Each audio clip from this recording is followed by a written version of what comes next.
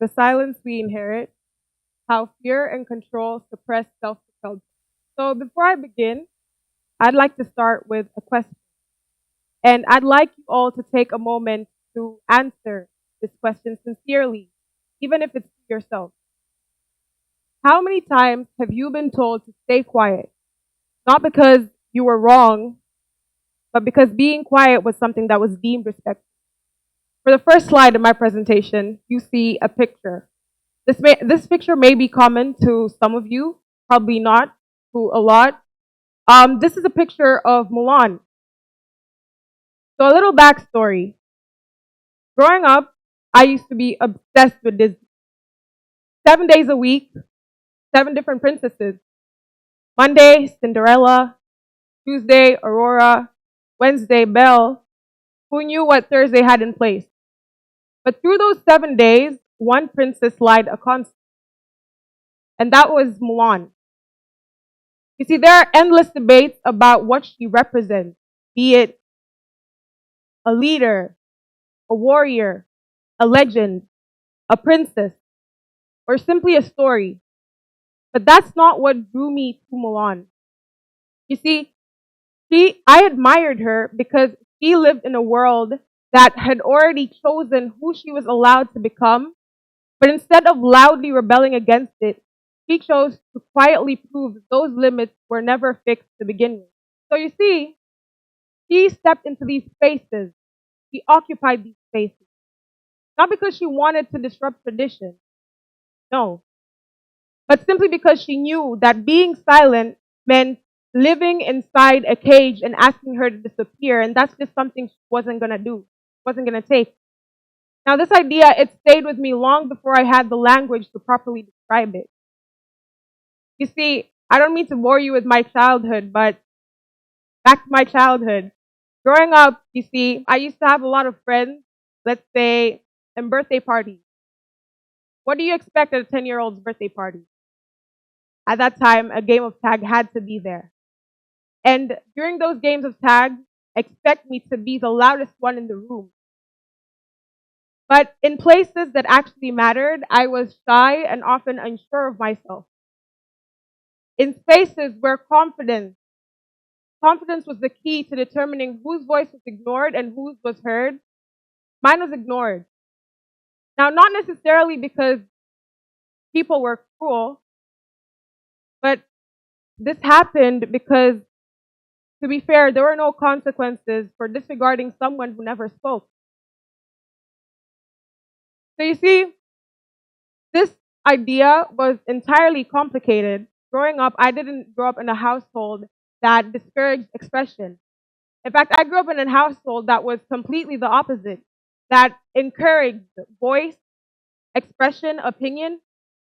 Therefore, my silence was not something that was imposed on me. Rather, was it something that I learned to carry on my own.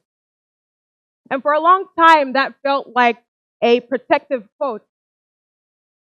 You see, think of a thick furry coat on a winter night. That's what it felt like. So in that safety, in that silence, I found safety. In that silence, it kept me grounded. It kept me away from conflict. But what that silence also did was it kept me small. It shrunk me. And sadly, this remains a reality in many African households. Now, I say African households because these are the ones that I am accustomed to. You see, the silence is introduced to us early and it's framed positively. Its narrative is framed so positive. We're taught that when elders speak, you listen. That endurance is a sign of strength. That the simple act of questioning can look like disrespect. So over time, that silence starts becoming associated with discipline, dignity, identity. And obviously, our elders, they teach us this with care and intention. But somewhere along the way, these lines begin to thin, completely blur out. Somewhere along the way, this silence stops becoming a choice and starts becoming an expectation. Respect begins to look like obedience. Obedience begins to feel like a virtue. And when that happens, silence is no longer protecting the culture.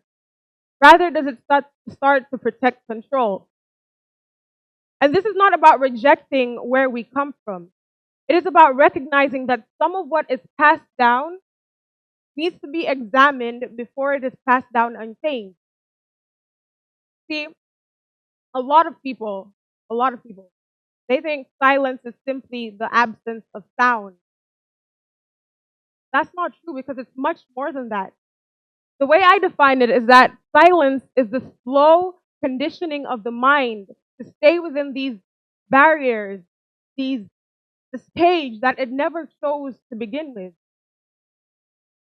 You see, it feels like safety at first, safety like it once felt for me, but over time, that silence begins to limit curiosity, growth, and imagination. And when that happens, it also eventually limits progress. You see, the cost of that silence, there's this one saying actually, birds born in a cage think flying is an illness. What comes to your head when you look at this metaphor? Birds born in a cage think flying is an illness. You see, the way I think of it, birds, they have wings. And these wings serve as tools that aid them in their flight. They have streamlined bodies. But the way I understand this metaphor is that not that flying is an illness. This comes to cover up the fact that flying is not dangerous, rather is it unfamiliar. And this is exactly the kind of effect that we come to see in people who grow up never being encouraged to speak freely, question openly, and imagine alternatives far beyond themselves. You see, the cost of that silence, it is most evident in young people, and through my experience, most especially in young girls. So now I'm going to start talking about my experience. You see, over the course of the past year, I have become the co-founder of an organization called Shiruda Tanzania. Now, this organization aims to empower young women through different aspects, be it creating workshops or creating safe environments that allow people to speak freely and question openly, a place that disregards judgment and allows people to be the fullest version of themselves. You see, I say that the cost of this silence appears most especially in young people, and like I say through my experience, girls, because it appears in the way these young people are excluded from conversations regarding their own bodies, their own futures, their own ambitions. It appears in young people who learn to inherit systems rather than question them. Get that? Learn to inherit systems rather than question that. And not only that, but also in communities that continue to repeat these harmful patterns simply because speaking up is harder than simply enduring. So this became especially clear to me last year when we decided to create a workshop at Bea, the region Bea, in the district Ipinda, in this area called Kiela.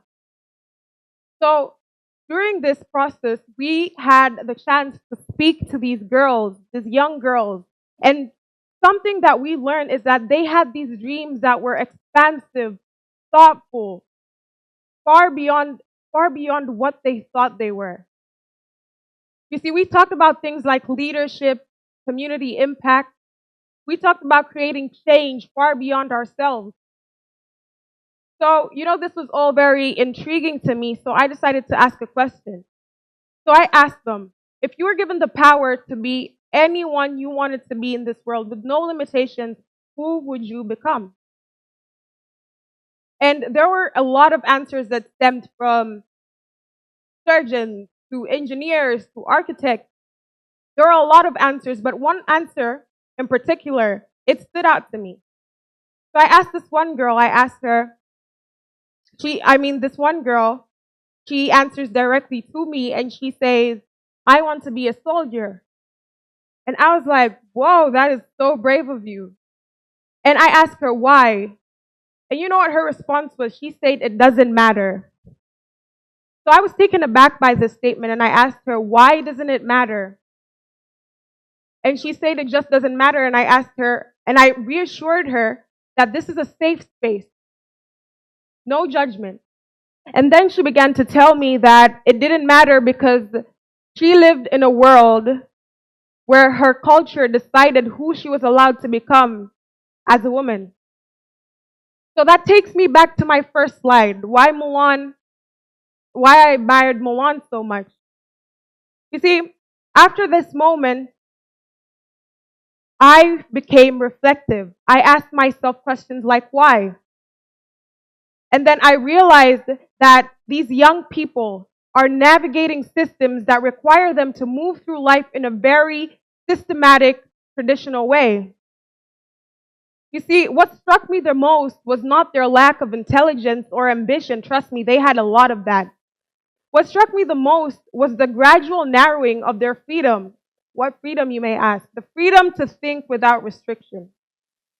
You see, when you limit someone's ability to think freely, you are also reducing their capacity to imagine futures that do not yet exist. And like I said before, this is exactly how progress is limited. You see, a lot of times Africa's progress is measured through natural resources. But I believe that Africa's greatest resource is not beneath its soil. Rather, it's beneath its minds. Minds that are cultivated to think openly and imagine different alternatives, different perspectives. We need to normalize speaking up because a mind that is stretched by new experiences cannot go back to old dimensions. For me, breaking the silence did not become suddenly or dramatically. It happened through discomfort. The first time I spoke up, my voice was shaking. Now I speak and my voice doesn't shake. The first time I entered spaces that I thought were undeserving. Now I enter those spaces knowing that I am deserving because of the hard work that I put in. And once my brain chemistry began to become altered in that type of way, my perspective started to shift and something changed. I realized that the more I stepped out of my comfort zone, the more I stepped out of that shell that I had built around myself, the more my sense of value and self-worth expanded. I realized that I was able to contribute more impactful and meaningful ideas, ideas that would have never been possible to come about if I ever chose to stay within that confinement of silence that I had built for myself. And this didn't become because I became louder. No, it's because I became grounded in my own thinking. You see, a mind stretched by new experiences cannot go back to old dimensions. So you guys, unlearning silence, it's not about being rebellious for the sake of rebellion.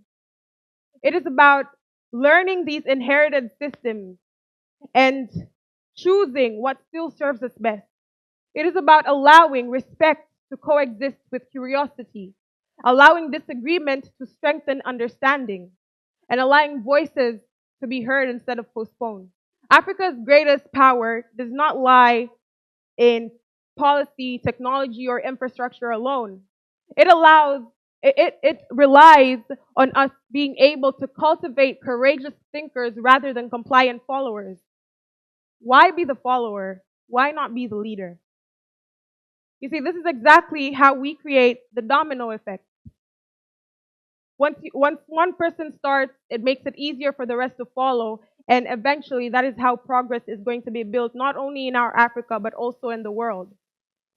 So instead of leaving you with instructions, I would like to leave you with a shared reflection.